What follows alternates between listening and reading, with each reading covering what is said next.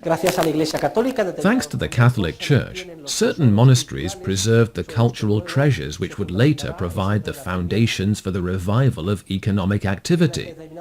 In some places, certain cities or burghs obtained security privileges and began to do business again. But we must get into our time machine and travel almost 1,000 years to the 14th century to encounter our second example of banking development. For practically everything was forgotten. Cities were reduced to ruins. Libraries were burnt. Documents disappeared. Business contracts and practices were forgotten.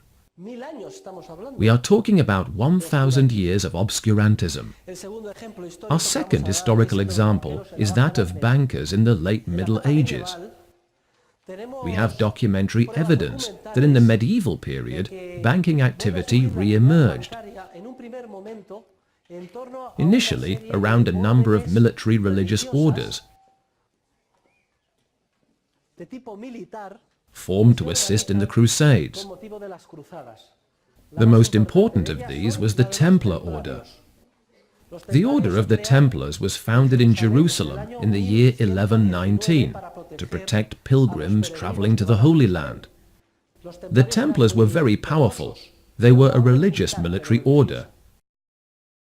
They had monasteries, or if you prefer, agencies, throughout Europe. The Templars were active internationally. They had 9,000 centers and 2 headquarters. They were a powerful religious order, but also a skillful military force, because they were a private army, so to speak. Therefore, it should not surprise us that citizens trusted the Templars, especially in turbulent medieval times, to guard their deposits of money. So, at the same time, the order also became a bank that received demand or sight deposits. And the evidence we have shows that the Templars generally acted correctly with respect to these deposits.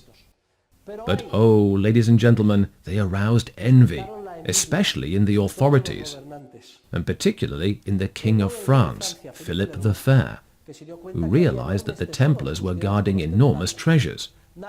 Well, nothing better than to falsely accuse them of heresy, put an end to the order, and keep the treasures, which is precisely what happened. The authorities forced the Pope to sign the sentence based on the false accusation. Very recently, the Catholic Church has uncovered the files from the Templars' unfair trial.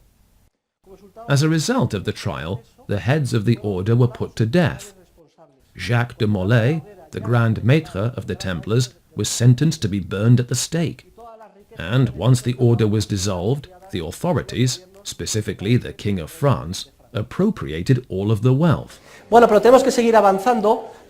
we have to move on, and we will now skip a couple of centuries and focus on a series of Mediterranean cities. They were independent cities. They had gained autonomy. Property was well guarded inside their walls. A class of urban craftsmen and merchants emerged. The cities began to trade with each other, and also with the Orient. They reached a level of prosperity very similar to that of ancient Rome, because in a way they replicated the circumstances that had led to the affluence of the classical world 1,000 years earlier. They were Italian cities on the Adriatic, especially Venice, and other Italian cities like Pisa and Florence, and even cities in Spain like Barcelona and Valencia. And the following scenario again unfolded. Bankers who accepted money on deposit began to appear. At first they behaved honestly. Later they began to feel the temptation to appropriate a portion of their depositors' money. This resulted in speculative bubble periods, which inevitably ended in financial crises and economic recessions.